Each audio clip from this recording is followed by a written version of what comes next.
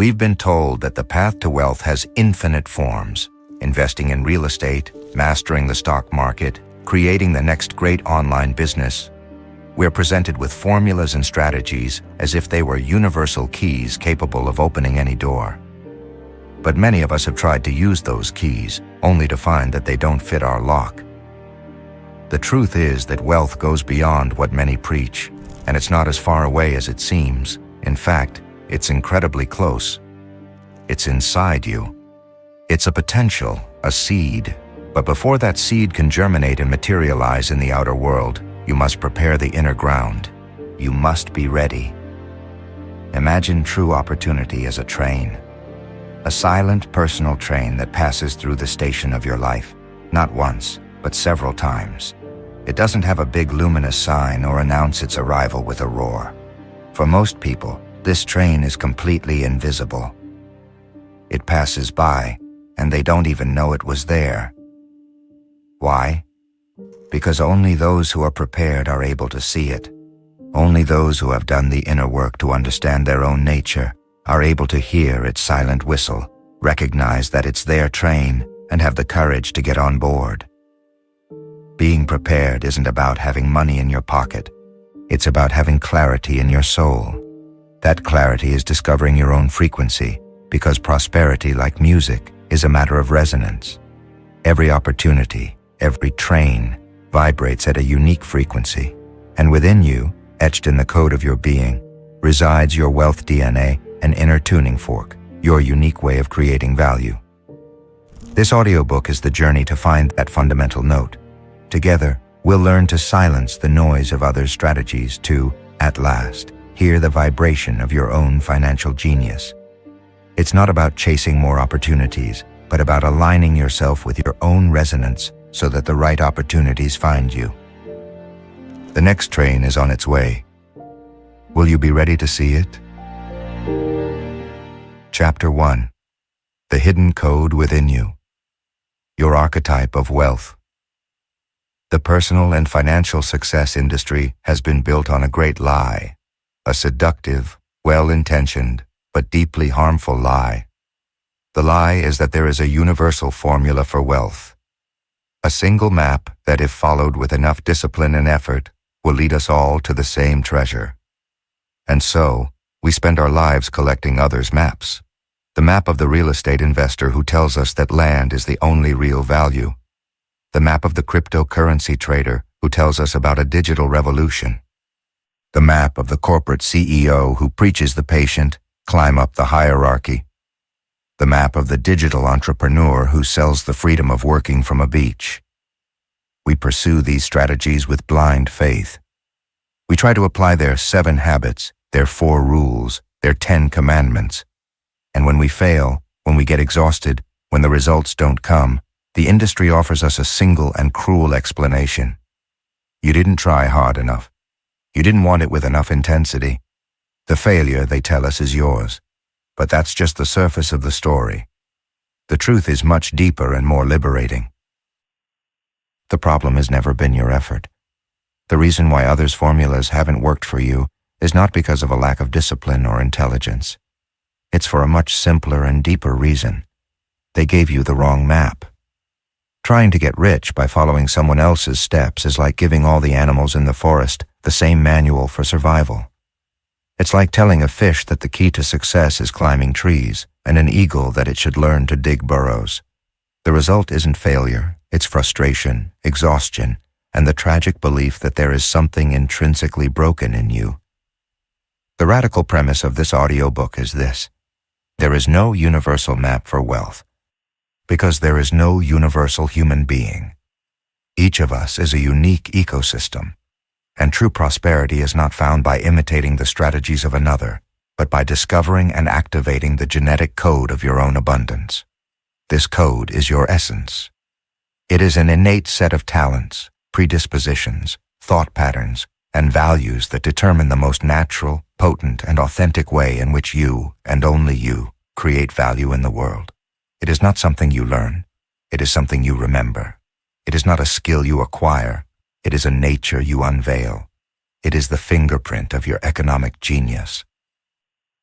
The ancient Greeks believed that each person was born with a daemon, a genius or guiding spirit that contained the blueprint of their destiny. Taking this idea into the world of prosperity, we can say that each of us is born with a financial genius, an economic vocation that is as unique as our fingerprint. The fatal mistake we make is trying to silence the voice of our own genius to better hear the advice of the gurus. It is crucial to understand that this inner code does not define what you do, but how you do it. Two people can be in the same industry, but if their wealth archetypes are different, their paths to authentic prosperity will be radically distinct. Imagine two people who decide to go into the restaurant business. One, whose code is that of a creator, will find wealth by inventing a completely new restaurant concept, designing innovative dishes, and creating a unique sensory experience. Their success will lie in their originality. The other person, whose code is that of an organizer, could fail miserably trying to be a creative chef. But their genius could lead them to take a single restaurant, systematize every process, from buying ingredients to customer service, and create a franchise of 1,000 identical and efficient locations. Both achieve wealth, but they do so by following their innate nature. If the creator had forced himself to create systems, he would have felt stifled. If the organizer had forced himself to be a culinary innovator, he would have felt like a fraud. Most financial struggles come from this lack of alignment, a fish desperately trying to climb a tree. To begin to decipher your own code, we are going to explore the 4 primary archetypes of wealth. As I describe them, do not try to pigeonhole yourself immediately. Simply observe which one gives you a greater sense of recognition, as if you were listening to the description of your true home. The first archetype is the creator. The driving force of the creator is innovation, the desire to bring something new into the world that did not exist before. Their mind is a whirlwind of ideas. They see possibilities where others see empty space. Their greatest satisfaction does not come from money itself, but from the act of creation. Money is, for them, proof that their creation has value. The superpower of the creator is imagination and originality. Their natural currency is ideas. Think of an inventor, an artist, a writer, a software designer, the founder of a startup that creates a completely new product category. Their greatest fear is irrelevance, creating something that no one cares about. Therefore, their relationship with risk is high. They are willing to fail many times in the search for a single groundbreaking idea. When a creator is aligned, they are an inexhaustible source of innovation. When they are misaligned, trapped in a repetitive and bureaucratic job, they feel like a genius locked in a bottle, frustrated and without energy. The second archetype is the connector. The driving force of the connector is people and relationships. Their world does not revolve around ideas or systems, but around trust, communication, and community. The connector has an innate talent for understanding people, for building bridges, for bringing the right person together with the right opportunity. Their wealth is built on the foundation of their network of contacts and their reputation. Their superpower is empathy and influence. Their currency is relationships. Think of a great salesperson, a charismatic leader, a diplomat, a community manager, a fundraiser for a cause. They are the great weavers of the human network. Their greatest fear is isolation, the loss of connection. Their relationship with risk is moderate. They prefer collaborative ventures to solitary adventures. When a connector is aligned, they are a magnet for people and opportunities. When they are misaligned, forced to work in isolation and analyzing data, they feel disconnected, invisible, and deeply unhappy. The third archetype is the organizer. The driving force of the organizer is order and efficiency. Their genius lies in their ability to see chaos and visualize the system that can order it. They enjoy creating processes, optimizing workflows, and building structures that work in a predictable and scalable way. For the organizer, a well-designed spreadsheet is a work of art. Their superpower is the creation of systems and strategy. Their currency is order and data. Think of a chief operating officer, a project manager, a financial analyst, a logistics strategist, the founder of a franchise. They are the architects of the business world. Their greatest fear is chaos and unpredictability. For this reason, they are risk-averse. They prefer to optimize the known rather than venture into the unknown. When an organizer is aligned, they are capable of taking a small idea and turning it into an empire. When they are misaligned, trapped in an environment of creative chaos with no structure or clear plans, they feel constant anxiety and a deep sense of ineffectiveness. And the fourth archetype is the alchemist. The driving force of the alchemist is transformation and improvement. Unlike the creator, who starts from scratch, the alchemist has a gift for taking something that already exists, a product, a system, a company, and making it dramatically better. They are the master of optimization, the specialist in turning difficult situations around. They see the hidden potential in what others discard as imperfect or broken. Their superpower is discernment and improvement. Their currency is transformation. Think of a value investor who buys undervalued companies and revitalizes them, a management consultant, an editor who turns a good manuscript into a bestseller, a coach who transforms the lives of their clients. Their greatest fear is stagnation, mediocrity. Their relationship with risk is calculated. They do not fear problems, in fact. They actively seek them out because they are the raw material of their genius. When an alchemist is aligned, they are a force of exponential improvement and growth. When they are misaligned, trapped in a role that only requires maintaining the status quo, they feel bored, underutilized, and without purpose. Creator, connector, organizer, alchemist. These are the four cardinal points of the wealth compass. Most of us are a combination of them, but there is almost always one that is our true north, our dominant archetype. The reason you have felt frustrated, the reason why effort has not borne fruit, is very likely because you have been living in misalignment. You have been trying to prosper using the tools and strategies of an archetype that is not yours. A born connector, whose genius is people, trying to apply the solitary investment rules of an organizer. A pure creator, who needs to invent, trying to follow the predictable corporate career of a connector. An organizer, who needs structure, forced to work in the constant ambiguity that an alchemist loves. It is a guaranteed path to exhaustion and scarcity, not because you are not capable, but because you are not using your innate superpower. You are fighting against your own nature. The key to unlocking your prosperity, therefore, is not in a book of gurus, nor in the next trendy seminar. It is in the depths of your own being. The first step is not to learn a new external tactic, but to discover your own internal nature. Now that you know of the existence of this code, of this essence that lives in you, the question that will guide the rest of our journey is, how does it communicate with you? How can you begin to hear the signals that your financial genius has been sending you, perhaps, for your entire life? Chapter 2. The Signs of Your Financial Genius, Listening to the Code. We have been conditioned to expect the great opportunity of our life to arrive like a thunderclap. We wait for the million-dollar idea, the blinding revelation, the stroke of luck that will change everything overnight. We live waiting for an earthquake to shake the foundations of our financial reality. But the universe rarely operates with earthquakes. It operates with whispers.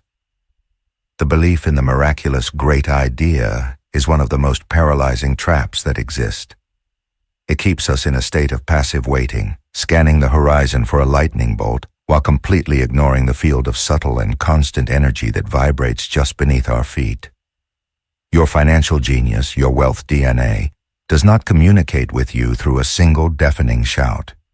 It communicates through a constant flow of signals, impulses, and inclinations so natural and persistent that, most of the time, we dismiss them as background noise. Our job is not to wait for the lightning.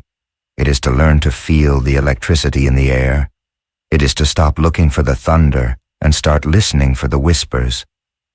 These signals are the language of your inner code, and once you learn to recognize them, You realize that your guide to prosperity has never been silent.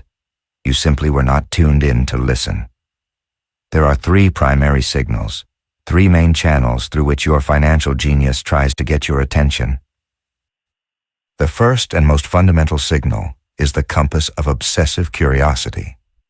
Pay attention to those topics, skills, or industries that attract you for no apparent logical reason. What are the topics you read about for hours, losing track of time? What kind of conversations do you find yourself participating in with an energy and passion that surprises even yourself? What is that internet rabbit hole you fall down at 2 a.m, not out of obligation, but out of an insatiable hunger to know more? This is not a simple hobby. It's not a distraction. It's the needle of your soul's compass pointing directly toward a territory where you have a natural advantage. That inexplicable fascination is the energetic signature of your genius. It's your wealth DNA telling you, here, look here, in this field, the rules are different for you. Here, learning doesn't feel like work. It feels like a game. Here, you have the potential to see things that others don't see. This curiosity will manifest differently depending on your archetype. If you are a creator, you might find yourself obsessed with generative artificial intelligence, with sustainable architecture, or with new forms of immersive storytelling. If you are a connector, you might devour books on social psychology, biographies of great leaders, or the hidden dynamics of human networks.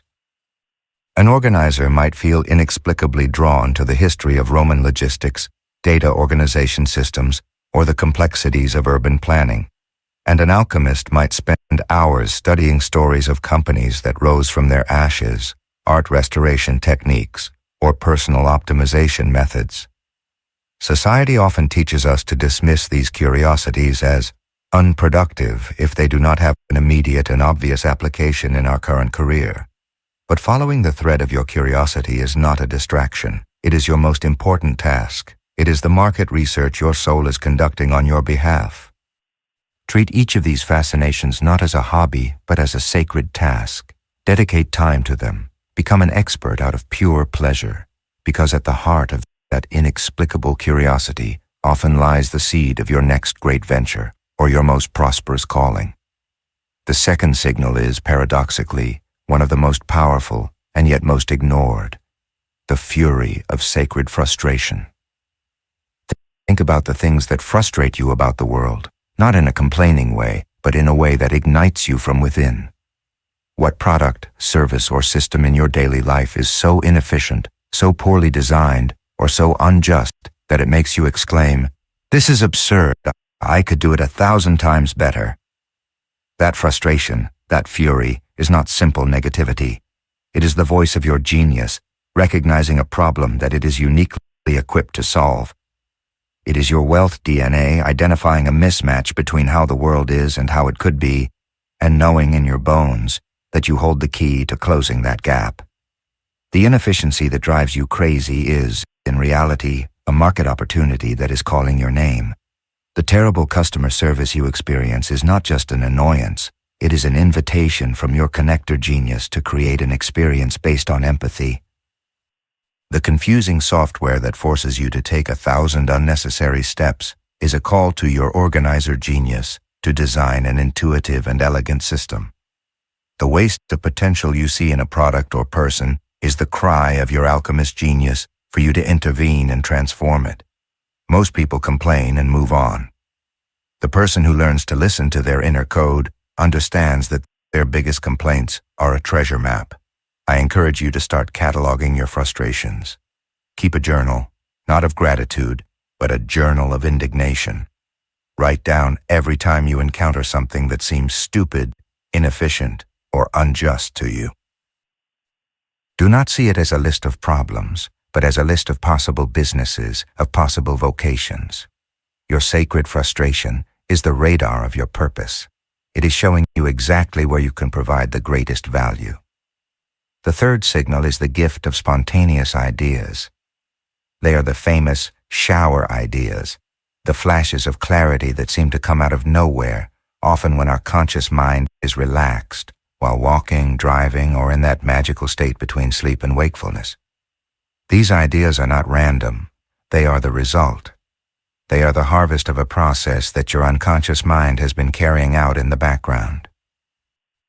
It has taken the seeds of your obsessive curiosity, watered them with the energy of your sacred frustration, and suddenly, when the rational ego's guard is down, it delivers the fruit to you, a solution, a connection, a new idea. The problem is that since these ideas arrive effortlessly and in unproductive moments, we tend to dismiss them. We think, oh, that's a good idea, and 5 minutes later, we have forgotten it. Or worse still, our inner critic attacks it immediately. That's too simple. Someone must have already done it. You don't have the time or the money for that. That's silly. You must treat these spontaneous ideas not as fleeting thoughts, but as precious gifts, as rare butterflies that you must carefully catch. The most important practice for an aspiring codebreaker is to have a foolproof capture system. A notebook always in your pocket, a voice memo app on your phone. The method doesn't matter. What matters is the habit. Capture everything. The instant the idea arrives, without judging it, without analyzing it, simply record it. Not all ideas will be billion-dollar businesses. In fact, 90% of them may be useless. But you are not looking for individual ideas. You are looking for patterns. When, after a month, you review your idea notebook and see that 10 of them revolve around how to improve communication in teams, your connector genius is shouting at you. If 15 of your ideas are about how to invent new kitchen gadgets, your creator genius is showing you its hand. The pattern of your spontaneous ideas is the blueprint of your wealth DNA: curiosity, frustration, and ideas. These are the 3 great signals. They are the way your innate nature tries to guide you towards the path of least resistance and greatest prosperity. To integrate this knowledge, I propose a practice for the next week. Practice: tuning into the frequency of your genius. Exercise 1, the Genius Journal. For the next 7 days, dedicate 5 minutes at the end of each day to fill in 3 sections in a notebook. Curiosity: write it down the most interesting rabbit hole you fell down today. What topic captivated you for no apparent reason? Frustration: write down one thing that deeply frustrated you due to its inefficiency or lack of quality. What made you think, this should be so much better? Ideas: write down at least one spontaneous idea you had, no matter how small or strange it is. Exercise 2, deliberate immersion. Choose one day this week and block out 2 uninterrupted hours on your calendar. Call this block Genius Time. During this time, your only task is to follow the thread of your strongest curiosity of the moment, without a productivity goal. If you are fascinated by the history of Viking ships, immerse yourself in documentaries. If you are drawn to a new type of software, play with it. Give your genius a space to breathe and explore, free from the tyranny of results. Exercise 3, the problem radar. Shift your focus for one day. Instead of avoiding annoyances, actively seek them out. Become a frustration consultant. Observe inefficient cues, confusing websites, poorly designed products, and for every problem you find, ask yourself, if my archetype, creator, connector, organizer, or alchemist, had to solve this, how would I do it? This exercise trains your mind to see opportunities where others only see problems. Your financial genius has been communicating with you your whole life. You don't need to invent a signal. You just need to, at last, learn to listen. You have been receiving the broadcast, but you had the radio tuned to the wrong frequency. Now that we have learned to listen to the signals, to tune the radio of our genius, the next step is to clearly identify the station. We need to give a name and a face to the source of these signals. Chapter 3, Decoding Your Wealth Archetype. Who are you in the money game? Self-knowledge is the foundation of all authentic and lasting wealth. You cannot build an empire on ground you do not know, and the most important ground of all is that of your own nature. The goal of this chapter is to give you a mirror, a map that reflects with astonishing clarity your innate gifts, your economic superpowers, and your most natural path to prosperity. It is important to remember that we are all a complex mixture of the 4 archetypes we are going to explore. Think of them as the 4 main ingredients in a recipe. We all have them, but the proportion of each is what creates our unique flavor. However, almost always, there is one ingredient that dominates, that defines the dish. That is your primary archetype, and there is often a second one that acts as a strong secondary flavor, your natural support. Your task in listening to the following descriptions is not to choose one and discard the others. It is to listen with radical honesty and feel which one gives you the greatest sense of recognition, that inner click, that feeling of saying, "Ah, so this is me, I finally understand." The first archetype is the creator. The fundamental question that drives the creator is, what can be created here that is new, beautiful, or exciting? The creator is the visionary, the inventor, the artist of the financial world. Their deepest motivation does not come from money itself, but from the act of creation. Money is, for them, the tool that allows them to continue creating, and the validation that their creation has value for others. Their superpower is imagination and originality. Their natural currency is ideas. Their ideal environment is a blank canvas. They thrive in the initial phases of a project, in startups, in research and development laboratories, in any environment that values originality over tradition and routine. Their greatest fear is irrelevance, creating something that no one cares about. Therefore, their relationship with risk is high. They are willing to fail many times in the search for a single groundbreaking idea. Their kryptonite, what drains their energy and leads them to failure, is bureaucracy, repetitive meetings, the maintenance of existing systems, and rigid rules that stifle their creative impulse. They will often say phrases like, "I have an idea. What if we did it in a completely different way?" Or, "This could be so much more interesting if..." How do you know if you are a creator? Ask yourself, do you feel more alive and energized when starting a project from scratch than when managing it once it is underway? Do you get bored to death with routine and maintenance? Is your desk or phone full of sketches, notes, and half-started ideas? If so, it is very likely that your dominant genius is that of the creator. The second archetype is the connector. The fundamental question of the connector is, who needs to meet whom for magic to happen? The connector is the ambassador, the leader of the tribe, the network weaver of the financial world. Their genius does not reside in the creation of ideas or systems, but in the creation of relationships. They innately understand that the true currency of the business world is not money, it is trust. Their wealth is built on the foundation of their network of contacts and their reputation. Their ideal environment is any place where they can interact, communicate, and build bridges. They thrive in sales teams, in leadership roles, in community management, and networking events. Their superpower is empathy and influence. Their greatest fear is isolation, the loss of connection. Their relationship with risk is moderate. They prefer collaborative ventures to solitary adventures, always seeking consensus.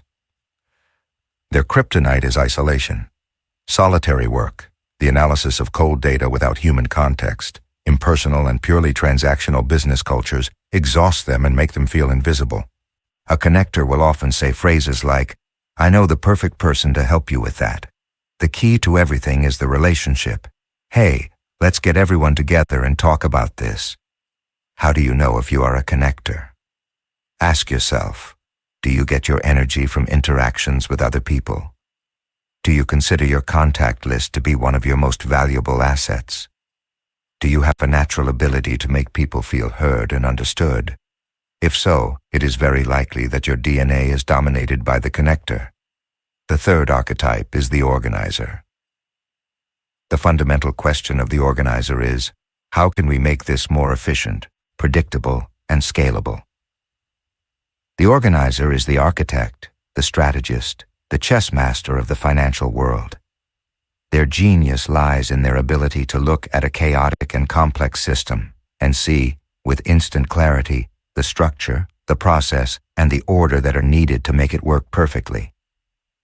Their ideal environment, is one that values structure, planning, and data. They thrive in operations roles, logistics, finance, project management. Their superpower is the creation of systems and strategy. Their currency is order and data. Their greatest fear is chaos and unpredictability. For this reason, they are risk-averse. They prefer to optimize the known to venturing into the unknown. A well-executed plan is their greatest satisfaction. Their kryptonite is constant chaos, a lack of plans, purely improvised decisions, and strategic ambiguity. An environment where everything is urgent and nothing is important generates deep anxiety for them. They will often say phrases like, "We need a system for this. If it can't be measured, it can't be improved. Okay, let's go step by step. What's the plan?" How do you know if you are an organizer? Ask yourself, do you deeply enjoy creating order out of disorder? Do you get an almost physical satisfaction from seeing a well-designed process working smoothly? Do you prefer to have a clear and detailed plan before acting instead of improvising? If these questions resonate with you, your genius is that of the organizer. And the fourth archetype is the alchemist. The fundamental question of the alchemist is, what is the hidden potential here, and how can we radically improve it? Unlike the creator who starts with a blank canvas, the alchemist is a master of transformation. Their genius shines when they take something that already exists, a mediocre product, an inefficient system, a struggling company, and turn it into gold.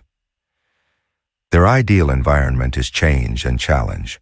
They thrive in crisis situations, in restructuring projects, in consulting roles. Their superpower is discernment and improvement. Their currency is transformation. Their greatest fear is stagnation, mediocrity. Their relationship with risk is calculated. They do not fear problems, in fact. They actively seek them out because they are the raw material of their genius. Their kryptonite is stagnation. The maintenance of the status quo, the bureaucracy that prevents change, and the dreaded phrase, "We've always done it this way," are poison to their soul. They will often say phrases like, "This has great potential, but it's completely underutilized. I already see 10 ways we could make this 50% better." Creator, connector, organizer, alchemist. These are the four cardinal points of the wealth compass. Most of us are a combination of them, but there is almost always one that is our true north, our dominant archetype. The reason you have felt frustrated, the reason why effort has not borne fruit, is very likely because you have been living in misalignment. You have been trying to prosper using the tools and strategies of an archetype that is not yours. A born connector, whose genius is people, trying to apply the solitary investment rules of an organizer. A pure creator, who needs to invent, trying to follow the predictable corporate career of a connector. An organizer who needs structure, forced to work in the constant ambiguity that an alchemist loves. It is a guaranteed path to exhaustion and scarcity, not because you are not capable, but because you are not using your innate superpower. You are fighting against your own nature. The key to unlocking your prosperity, therefore, is not in a book of gurus, nor in the next trendy seminar. It is in the depths of your own being. The first step is not to learn a new external tactic, but to discover your own internal nature. Now that you have a clearer portrait, it's time for the practice. We are going to perform a deep diagnosis of your inner code. Practice, the diagnosis of your wealth. DNA. Exercise. 1. The archetype score. Take a sheet of paper or open a note on your phone. Write down the 4 archetypes: creator, connector, organizer, alchemist. Now give each one a score from 1 to 10, where 1 is, "This has nothing to do with me," and 10 is, "This describes me perfectly." Don't overthink it. Do not base the score on what you would like to be, but on what you honestly feel you are. Use your first gut reaction. Once you have scored all 4, identify your dominant archetype, the one with the highest score, and your secondary archetype, the one with the second highest score. This combination is the unique signature of your financial genius. Don't worry if you have 2 very close high scores. That simply indicates that your genius is a powerful blend of both. Exercise 2. The history of evidence. Now, let's validate your score with the data from your own life. This step is crucial for you to move from theory to personal certainty. Open your journal and create 2 columns. The first will be called Moments of Flow, My Genius in Action. The second, Moments of Friction, Fighting My Genius. With your 2 main archetypes in mind, travel back in time and answer these questions for each column. For the flow column, remember your greatest professional or personal successes.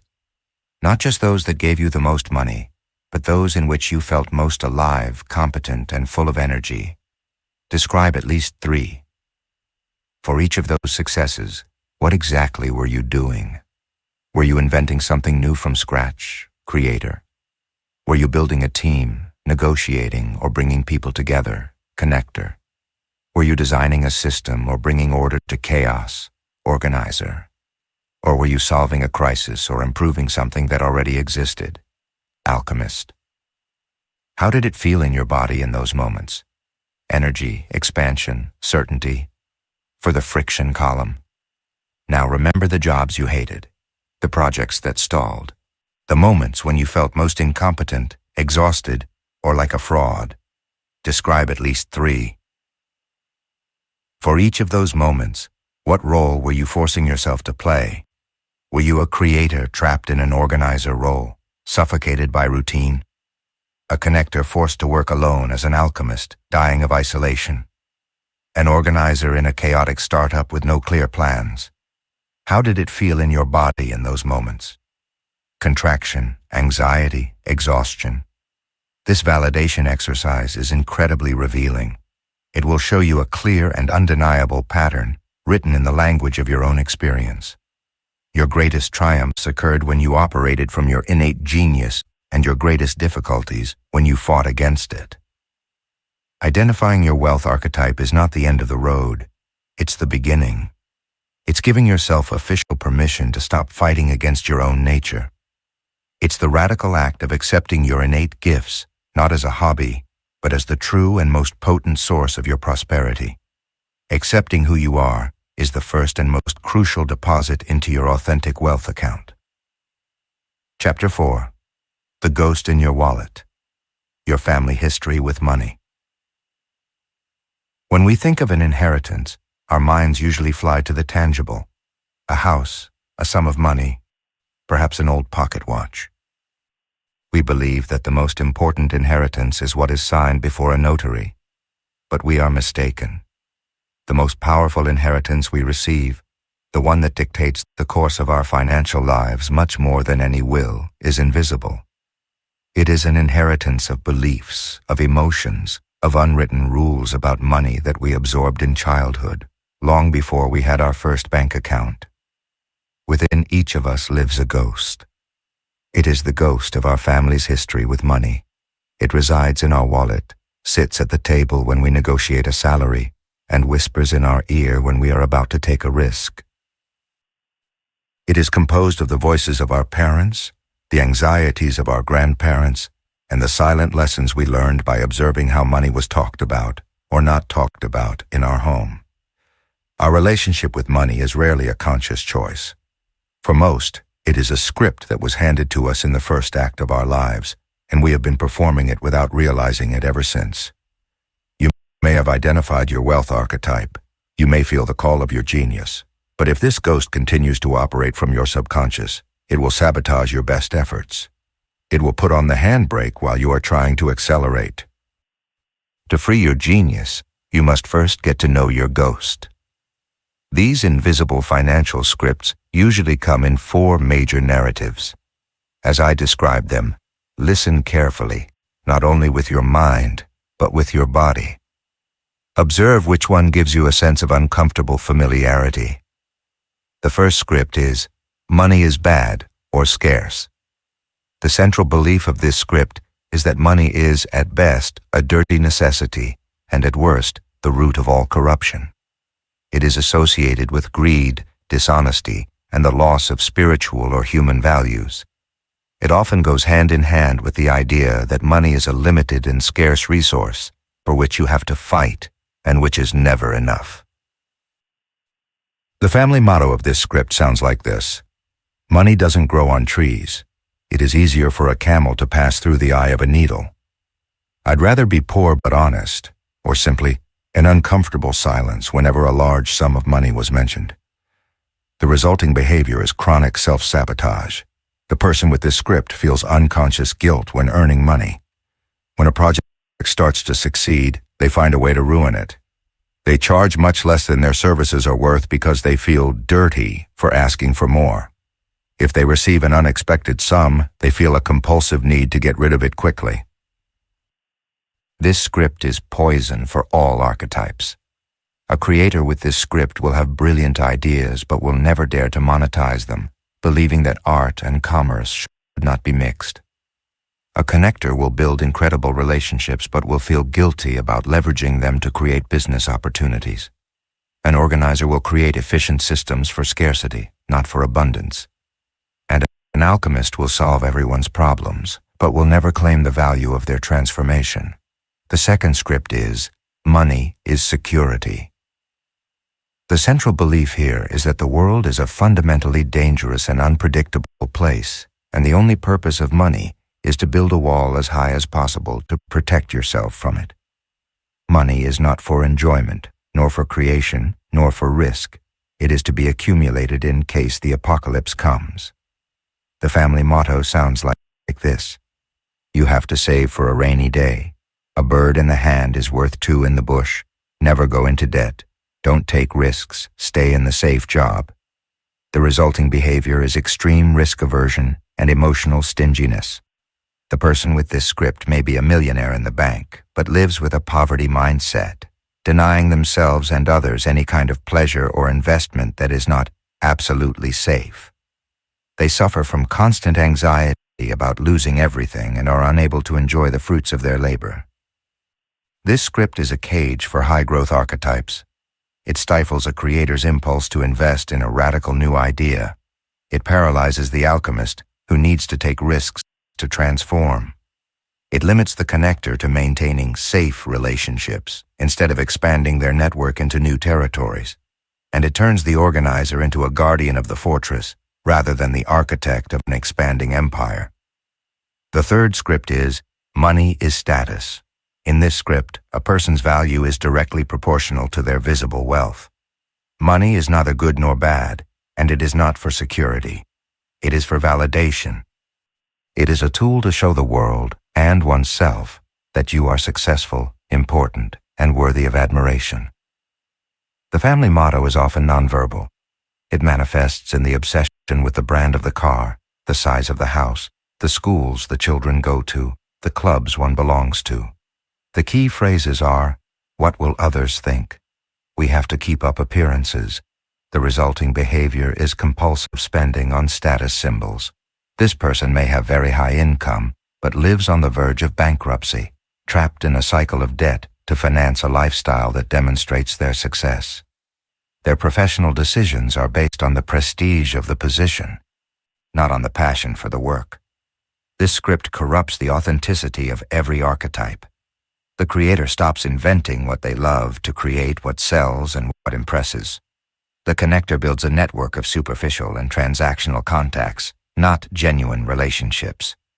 The organizer creates impressive but fragile systems, designed for appearance and not for solidity. And the alchemist dedicates themselves to improving the facade of things, not their essence. And the fourth script is, money is indifferent. This is the most subtle script, and is often disguised as moral or intellectual superiority. The central belief is that money is a vulgar, mundane, and unimportant topic that evolved, creative, or spiritual people should not worry about. It is a form of financial denial. The family motto sounds like this: I don't care about money. I'm in art, not business. Money will come if I do what I love. The resulting behavior is chronic financial chaos. The person with this script avoids looking at their bank accounts, doesn't plan, doesn't save, and often has a sense of entitlement that the world should support them for their talent or goodness. They live in a state of constant financial stress, but refuse to address it in a practical way, considering it unspiritual. This script is perhaps the most devastating for the materialization of genius. It prevents all archetypes from building a sustainable vehicle for their gifts. The creator with this script is the quintessential starving artist. The connector has great social capital, but doesn't know how to convert it into financial capital. The organizer never applies their genius to their own life, and the alchemist transforms the lives of others while their own falls apart. Bad, security, status, or indifference. Most of us operate under a mix of these scripts. Recognizing yours is the first step to freeing yourself from it. Practice. Exorcising the ghost from your wallet. Exercise 1. Your financial archaeology. This is detective work in your own history. Open your journal and get ready for an honest excavation. Answer these questions in as much detail as possible. What is your first memory related to money? Describe it. What emotions did you feel? Fear, joy, shame, confusion? How was money talked about in your home? Was it a taboo subject? A constant source of fights? Was it talked about with anxiety or with confidence? What phrases or sayings about money did your parents or grandparents repeat? Make a list. What did you learn by observing their behavior beyond their words? Were they compulsive savers, generous spenders? Did they avoid the topic? What message did you receive about rich people? Were they admired, despised, envied? Was there any significant financial event in your family that could have left an emotional scar? A bankruptcy, a disputed inheritance, a great loss? By answering these questions, you will begin to see a pattern. Identify which of the 4 scripts, or what combination of them, has been the soundtrack of your financial education. Give your ghost a name. Exercise 2. The Declaration of Financial Independence. You can't just erase an old script, you have to replace it with a new one. Once you have identified your main limiting script, your task is to write its opposite, a new empowering belief that is aligned with your wealth archetype. If your script was, money is bad, your new declaration, if you are a creator, could be, money is the beautiful energy that allows me to bring my ideas into the world and share them.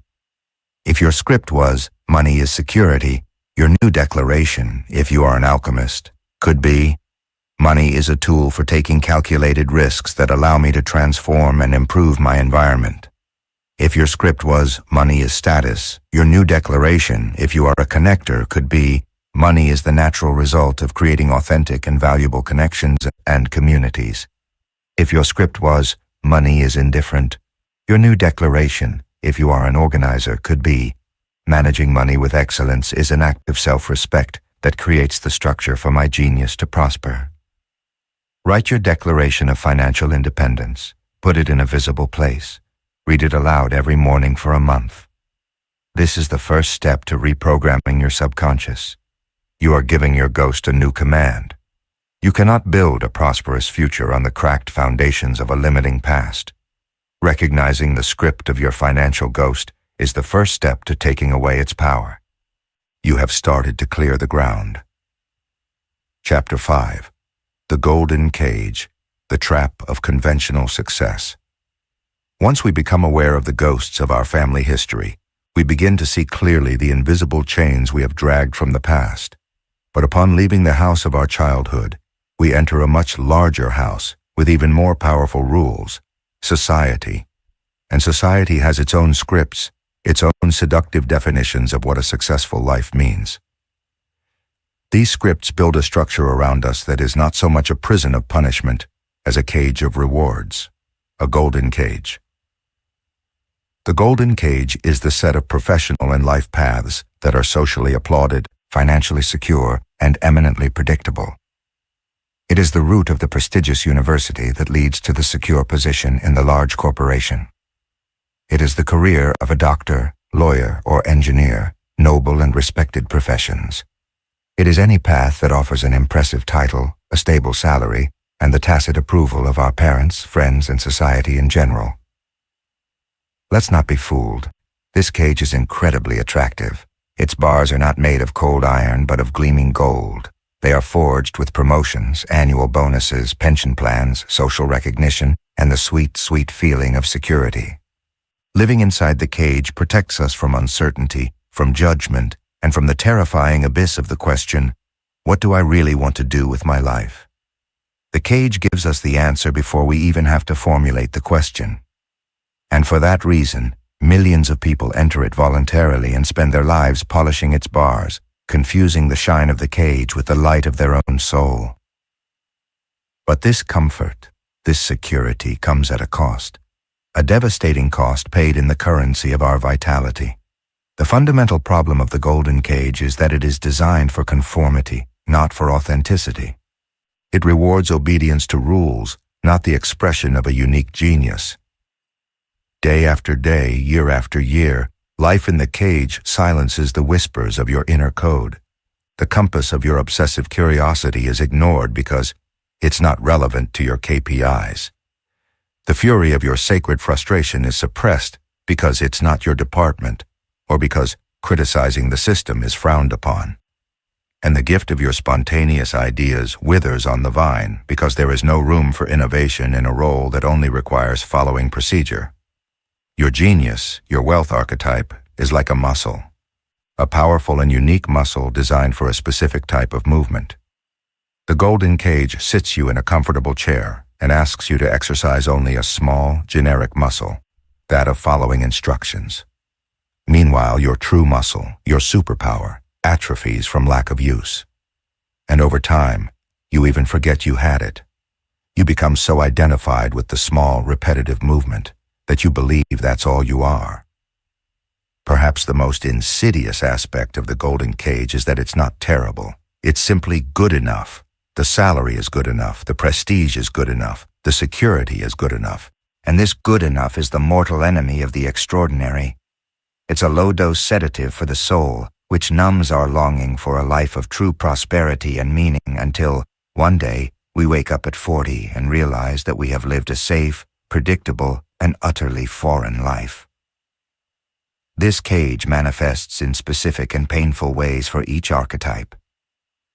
The creator's golden cage is often a well-paid management position in a large company. It's the art director who no longer designs, but spends their days in budget meetings.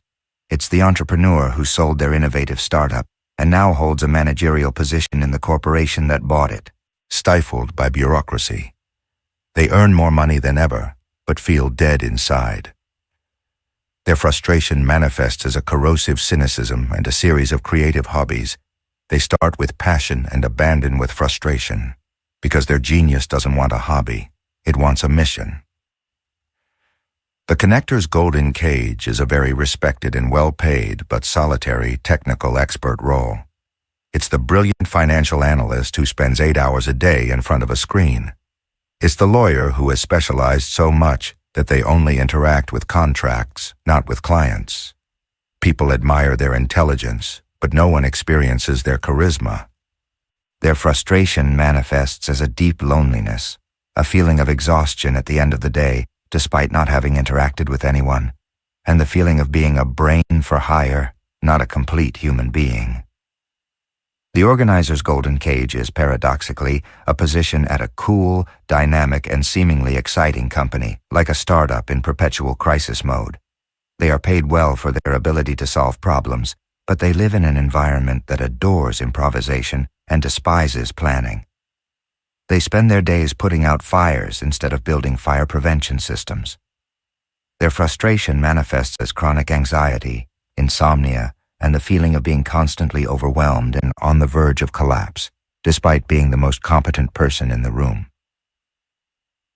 And the Alchemist's golden cage is a comfortable position in a stable, mature, and successful company where nothing is broken. Their job is to maintain systems that are already working perfectly, to follow a script without deviations. The environment is safe, the salary is excellent, but there is nothing to transform. Their frustration manifests as a deep boredom that borders on depression, a constant restlessness, and sometimes an unconscious tendency to create problems and conflicts just to have something to solve and feel alive again.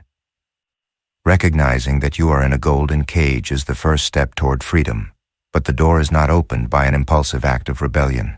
It is opened with an intelligent plan. Practice planning your escape. This exercise is not about you quitting your job tomorrow. It's about starting to build a bridge to a life of greater alignment, a bridge you can cross when you're ready. Exercise 1. The Cage Diagnosis. Take your journal. It's time to evaluate the true nature of your situation with brutal honesty. Answer these questions. On a scale of 1 to 10, how much of your workday do you spend operating from your dominant wealth archetype? What percentage of your total energy does your work drain, and what percentage does it give you? If you consistently come home exhausted, it's a bad sign. If money were no longer a factor, would you still be in your current career or role 6 months from now? Be honest. What are the golden bars of your cage? Write them down specifically. Is it the $200,000 a year salary? The prestige of the title on your business card? The security of the pension plan? The fear of what others will say? The terror of the unknown? Naming the bars takes away their invisible power over you. Exercise 2. The Bridge Project. The mistake many people make is thinking they have to jump into the void. It's not necessary. You are going to start building a bridge, brick by brick, while you are still in the safety of the cage. A bridge project is a small initiative that you start in your spare time, evenings, weekends, but with one unshakable rule. It must be 100% aligned with your dominant archetype. If you are a creator, your bridge project could be to start writing that novel, develop that app, or launch a small YouTube channel about your creative passion. If you are a connector, it could be organizing a small monthly dinner for interesting people in your city, starting a podcast of interviews, or creating an online networking group for a specific niche. If you are an organizer, you could offer to systematize a friend's small business finances, create an incredibly useful project management template and share it online, or plan a complex trip for a group. If you are an alchemist, you could start a small consulting service to help people improve their resume, offer to optimize an NGO's website, or start a blog about how to transform and improve an aspect of life you are passionate about. The main goal of the Bridge Project is not initially to generate income. The goal is to reactivate the atrophied muscle of your genius. It's about starting to feel competent, alive, and energized again. It's about remembering who you are. This project will become your laboratory, your gym, and over time, it could become the exit ramp from your cage. True security does not reside in a predictable salary given to you by a company that does not value you for who you truly are. True security resides in the capacity of your liberated genius to create value in any circumstance. Leaving the cage is not an act of madness. It is the greatest act of sanity you can perform. Chapter 6. The 7 Saboteurs of Wealth. Knowing the enemy within. Imagine that you finally have the right treasure map. You know who you are, you know your destination, and you have decided to escape the traps that held you back. You take a step toward freedom, ready to begin the real adventure, but you feel a tug. You discover that you have an invisible shackle on your ankle. That shackle was not put there by your family or society. You forged it yourself. The final adversary on the path to prosperity is not found in the external world. It is a much more intimate, cunning, and persistent enemy. It is the council of shadows that gathers every day in your mind with a single mission: to keep you safe, small, and exactly where you are. These internal saboteurs are not evil. In fact, they were born from a protective instinct. They were formed in your childhood to help you fit in, to avoid pain, rejection, or failure. But what was once a defense mechanism has now become your main obstacle to growth. To know their names, understand their tactics, and learn how to disarm them is the final battle for your financial freedom. The first saboteur is the fear of failure. This is the most obvious one, the frontline soldier. Its main weapon is paralysis. It whispers in your ear, "What if it doesn't work? What if you look ridiculous? What if you lose everything? Better not to try anything. That way you're sure not to fail." This fear is not so much of failure itself, but of the shame we believe accompanies it. It distinguishes between failure as an event, a result that was not what was expected, and failure as an identity, believing that you are a failure. The saboteur merges both concepts. It convinces you that if your project fails, you fail as a person. For a creator, this fear is pure poison. It prevents them from launching their product, publishing their book, or showing their art, keeping them in an infinite cycle of "it's almost ready." Their genius drowns in a sea of unexecuted ideas. For a connector, it manifests as a fear of rejection, preventing them from making that important call or introducing themselves to that influential person. A no is interpreted as a personal failure, not as a circumstance. For an organizer, it is the fear that their perfect plan will fail in the real world, which leads them to endless analysis paralysis, adding more and more contingencies until the plan is too complex to be executed. For an alchemist, it is the fear of not being able to transform a difficult situation, which makes them avoid the challenges they most need, opting for small, safe problems instead of those that could define their career. The second saboteur is its secret, much more cunning twin, the fear of success. This fear is harder to detect.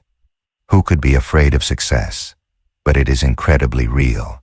Success brings with it visibility, responsibility, new expectations, and often a change in our relationships.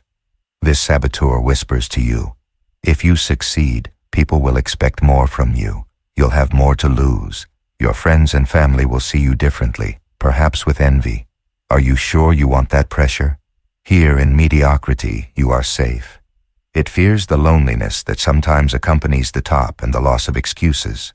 If you succeed, you can no longer blame circumstances for your unhappiness.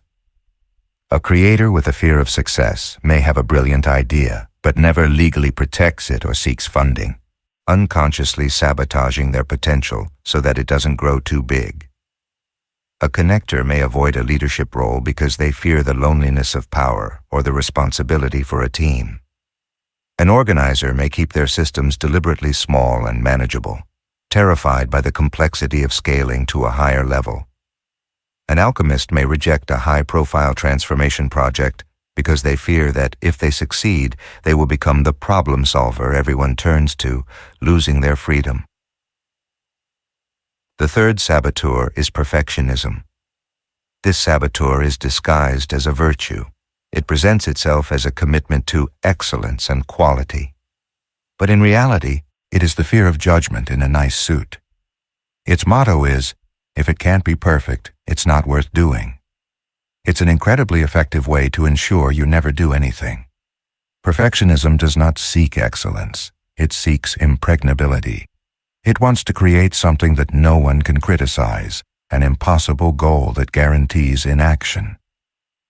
The perfectionist creator never launches their product because one more detail can always be improved. The perfectionist connector never organizes the event because they can't find the perfect moment or the perfect guests. The perfectionist organizer never implements their system because the plan still has some small loose ends. The perfectionist alchemist never considers a complete transformation because perfect results cannot be guaranteed. Perfectionism is the killer of good enough, and in the real world, good enough launched on time always beats perfect that never sees the light of day. The fourth saboteur is imposter syndrome. This is the ghost that whispers that you are a fraud, that you don't deserve your success, and that at any moment, someone is going to discover you. It is especially virulent in high-performing people. No matter how many achievements you accumulate, the imposter tells you that it was all luck, a misunderstanding, and that you are not as smart or competent as others believe. It often originates in childhoods where we were labeled as the smart one or the talented one, creating an unsustainable pressure to maintain that image. It affects all archetypes equally, making them doubt their most fundamental gifts. The creator believes their ideas are not truly original. The connector believes people like them out of pity or self-interest. The organizer believes their systems are obvious and that anyone could have created them. And the alchemist believes their transformative successes were pure chance. The fifth saboteur is comparison. If perfectionism is the killer of action, comparison is the thief of joy. In the age of social media, this saboteur has become an epidemic. Its tactic is simple. It makes you constantly look at others' gardens, convincing you that your flowers are insignificant. Comparison is a neurologically rigged game. Others' success activates the same areas in our brain as physical pain, while our own success gives us a dopamine rush that quickly fades. It's a game designed to lose. The creator sees another artist and thinks, "I will never be that original." The connector sees someone with more followers and thinks, "My network is pathetic." The organizer sees a bigger system and thinks, "What I've built is amateurish." The alchemist sees a more spectacular transformation story and thinks, "My impact is minimal." Comparison takes you off your own path, the only one where your genius can prosper, and puts you in someone else's race, a race you are destined to lose. The sixth saboteur is procrastination. Procrastination is not laziness. Laziness is not wanting to do anything. Procrastination is wanting to do something, but not being able to start. It is a symptom, not the disease. It is the external manifestation of the battle being waged by the other saboteurs within you. You procrastinate because you are afraid of failure or of success, or because perfectionism tells you the task is too big. It is an emotional regulation mechanism. We avoid the task to avoid the uncomfortable emotion, fear, doubt, boredom, that we associate with it. Each archetype procrastinates on the tasks that are most crucial for their prosperity. The creator procrastinates on the act of creating by tidying their desk for the 10th time. The connector procrastinates on making that call by answering unimportant emails. The organizer procrastinates on starting to plan by researching irrelevant details. And the alchemist procrastinates on facing the problem they know they must solve by busying themselves with minor tasks. And the seventh and last saboteur, the one that is often the root of all the others, is a lack of deservingness. This is the deepest and most silent saboteur. It is the fundamental, often unconscious belief that you are not worthy of wealth, happiness, or success. It is born from the wounds of childhood, from the messages we received that we were not enough. This saboteur is the guardian of the old money scripts we saw in Chapter 4. If your family taught you that money is bad, the feeling of unworthiness will act as an internal police officer to make sure you stay good, that is, poor. If this belief is active, it doesn't matter what strategies you use. You will find a way to sabotage yourself, because in your subconscious, prosperity conflicts with your deepest identity. Fear of failure, fear of success, perfectionism, imposter syndrome, comparison, procrastination, and lack of deservingness. This is your council of shadows. Now that you know them, you can begin to take away their power. Practice disarming your saboteurs. Exercise 1. Identify your chief saboteur. You can't fight an entire army at once. You need to identify the general. Review the list of the 7 saboteurs. Which one has caused you the most problems in your professional and financial life? What is the voice you hear most often in your head when you are about to take an important step? Listen to your inner language. Does it say, "What if"? Fear? Does it say, "It's not ready yet"? Perfectionism? Does it say, "Look how well X is doing"? Comparison? Choose one. That is your chief saboteur for now. Give it a ridiculous name. If it's perfectionism, call it Mr. Fussy. If it's fear of failure, call it Captain Panic. Giving it a humorous name creates a psychological distance and reminds you that that voice is not you. Exercise 2. Dialogue with the saboteur. Take your journal. At the top of the page, write the name of your chief saboteur. Now you are going to have a written conversation with it, as if you were interviewing a character. Step A. Let the saboteur speak. Ask it questions and write down its answers. Ask it, what exactly are you afraid of? What do you think you are trying to protect me from? What is the worst-case scenario you imagine if I don't listen to you? Don't censor it. Let it tell you why your new idea is terrible, why you are going to fail, why you don't deserve it. Step B. Now, respond. From your wisest and most compassionate self, from the perspective of your genius, respond to that voice. Thank it for its attempt to protect you. Thank you for trying to keep me safe from judgment. Validate its fear. I understand you are afraid we will look ridiculous. It's a valid emotion. And then, firmly and kindly, reaffirm your intention and your ability. But I am going to do it anyway, because it is important for my growth, and if I fail, I have the tools to learn from it and move on. This dialogue does not make the saboteur disappear, but it changes your relationship with it. You stop being its victim and become its compassionate leader. Exercise 3. The Minimum Viable Action, MVA. The ultimate antidote to inner sabotage is action, but not massive action that scares your saboteurs, but an action so small, so ridiculously easy, that it is almost impossible not to take it. Identify an action that your chief saboteur is preventing you from taking, for example, launching my website. Now, reduce it to its most minuscule version. Your MVA is not launching the website. It's not even designing the homepage.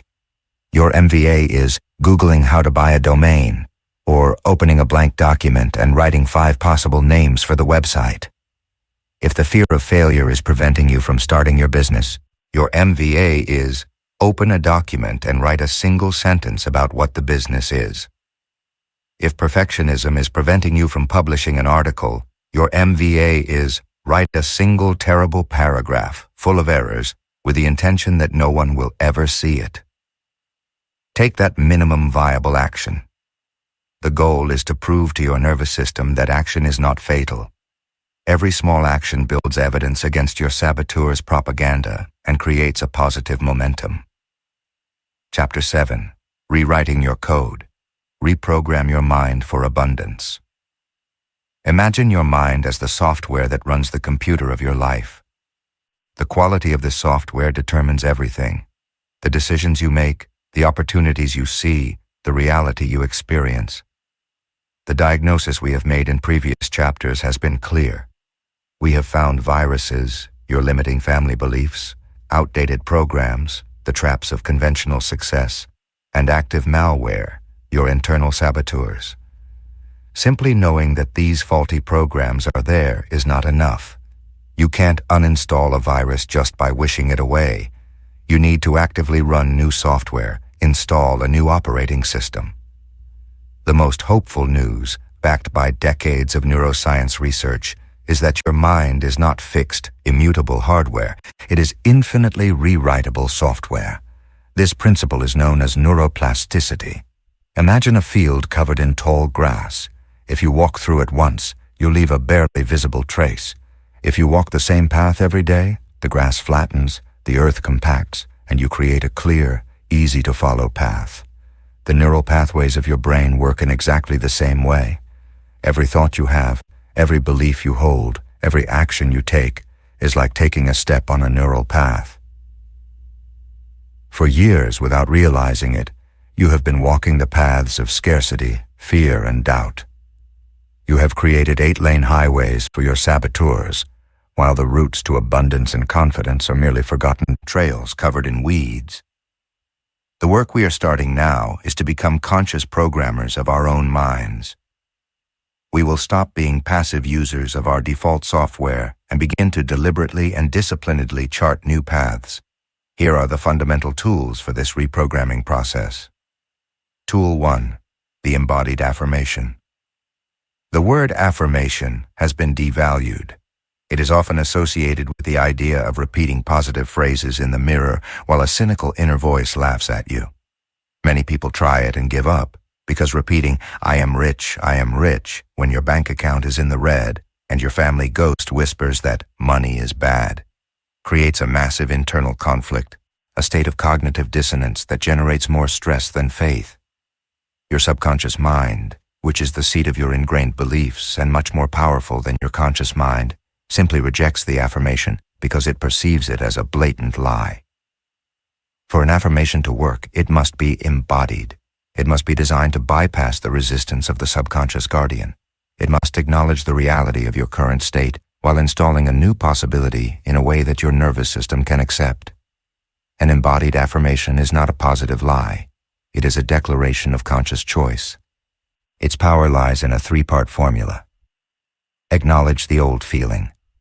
You start by validating the current belief or fear with a phrase like, even though a part of me still feels, believes, that. This disarms resistance. You are telling your subconscious, I see you, I hear you, I'm not trying to eliminate you. Declare the new choice. Next, you declare the new belief as a choice, not as a finished fact. The word I choose is the magic word. You are not affirming something false. You are affirming your power to choose a new perspective. Connect with the emotion. You finish by anchoring the new belief to a positive emotion felt in the body. This translates the abstract idea into a language the subconscious understands, feeling. Let's see how this works in practice for each archetype, combating their possible limiting scripts. For a creator with the money is bad script, their programming tells them that money corrupts creativity. Their embodied affirmation would be, even though a part of me still fears that money will corrupt my art and pull me away from my authenticity, I choose to believe that prosperity is the beautiful energy that amplifies my creativity, gives me the freedom to explore my boldest ideas, and allows me to share them with the world on a large scale. I feel the expansion, freedom, and joy this new truth brings me. For a connector with imposter syndrome, their programming whispers that they don't deserve their success and that their relationships are fragile. Their affirmation would be, even though I sometimes feel I don't deserve my network of contacts and fear being discovered as a fraud, I choose to accept that my gift for bringing people together, building trust, and creating communities is real, valuable, and deserving of great abundance. I feel the gratitude, warmth, and genuine connection that flow through me and to me. For an organizer with the money is only for security script, their programming tells them to avoid all risk.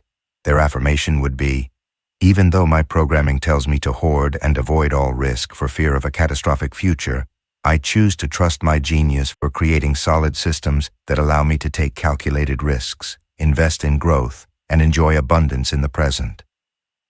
I feel the calm, control, and confidence that having a smart plan for expansion gives me. For an alchemist with a lack of deservingness, their programming drives them to solve everyone's problems but their own, and not to claim their value. Their affirmation would be, even though in the past I have given away my work and doubted my value, I choose to recognize that my ability to transform chaos into order and problems into opportunities is a gift of immense value, and I deserve to be abundantly and directly rewarded for it. I feel the pride, satisfaction, and power that come from valuing my own genius. Affirmation. Troubleshooting. What if I don't feel the emotion? Don't force it.